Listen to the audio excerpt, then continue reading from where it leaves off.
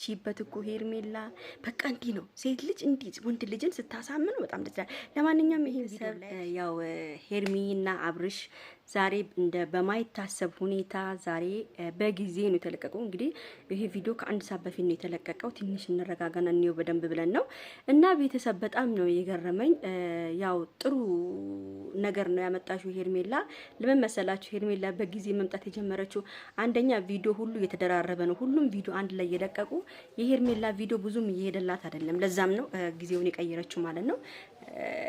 ለዛ ነው እና ቤተሰብ ደግሞ ደስ ይላል። እኔ ስናግራችሁ ነበረ። ያው አብርሃም አትፍዘዝ፣ እንደ በግ አትፍዘዝ ነው የምለው። እውነቷን ነው ሄርሜላ ያለችው። ከምንም በላይ ቤተሰቦቿ ጋራ ከላክ ጥሩ ነገር ነው። ሽማግሌ መላክ ጥሩ ነገር ነው። ጥሩ ሀሳብ ነው ያመጣችው ሄርሚዬ፣ እኔ ቆንጆ። ዛሬ ደግሞ በጣም አምሮብሻል። ቀይ ልብስ ያምርብሻል።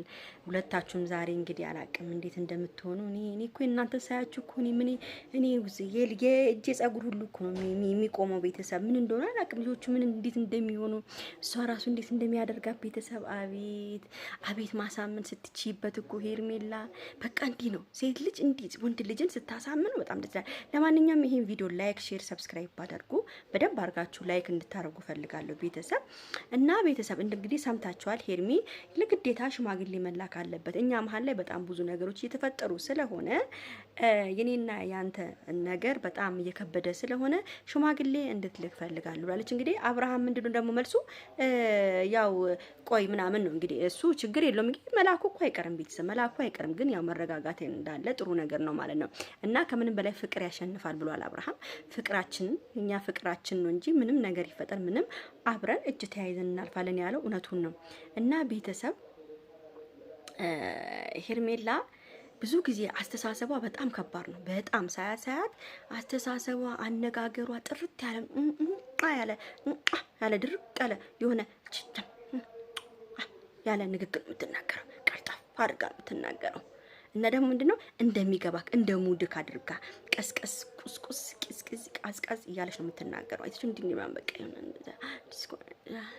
እንደዛ ነው ወንድ ያው አብርሃም ነው ብሎ ሲሰማ አብርሃም እንግዲህ በሄርሜላ ፍቅር አይኑ ተደፍኗል። ምንም የሚያየው ነገር የለም ወይ ቤተሰብ አይናር ነው እንዴ ያለብኝ ኧረ እሺ ቀፋፊ ፊቴ ግን አላማረባችሁም ቤተሰብ እና ውዶቼ።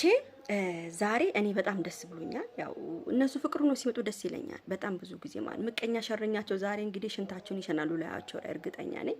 አብርሃምና ሄርሜላ ዋናው ይኸውልሽ ሄርሚዬ፣ ያው ምንም ሽማግሌም ተላከም አልተላከም ያው አብራችሁ እየኖራችሁ ነው ያላችሁት። አብራችሁ አንሶላ እየተጋፈፋችሁ ቀን በቀን እንደፈለጋችሁ የተደራረጋችሁ ቀን በቀን አብርሃም አይኑ ሁሉ አብጧል። ዛሬ አይኑ ሁሉ ነው ያበጠው ቤተሰብ።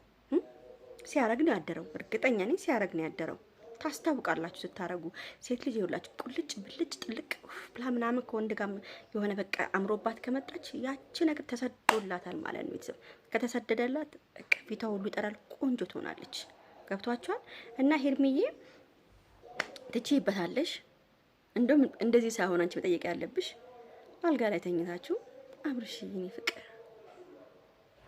ይሄን ነገር እንዲህ ብናረግ እንደዚህ ሽማግሌ ብትይ እዛ እሺ እናቴ ነው የሚልሽ። እሺ እናቴ ትችይበታለሽ፣ ታረጊዋለሽ እንደዛ። እና ቤተሰብ እኔ ደስ ብሎኛል። እነሱ እንደዚህ ነው ሲመጡ ደስ ይላል። በቃ ሁሉ ነገር ደስ ይላል።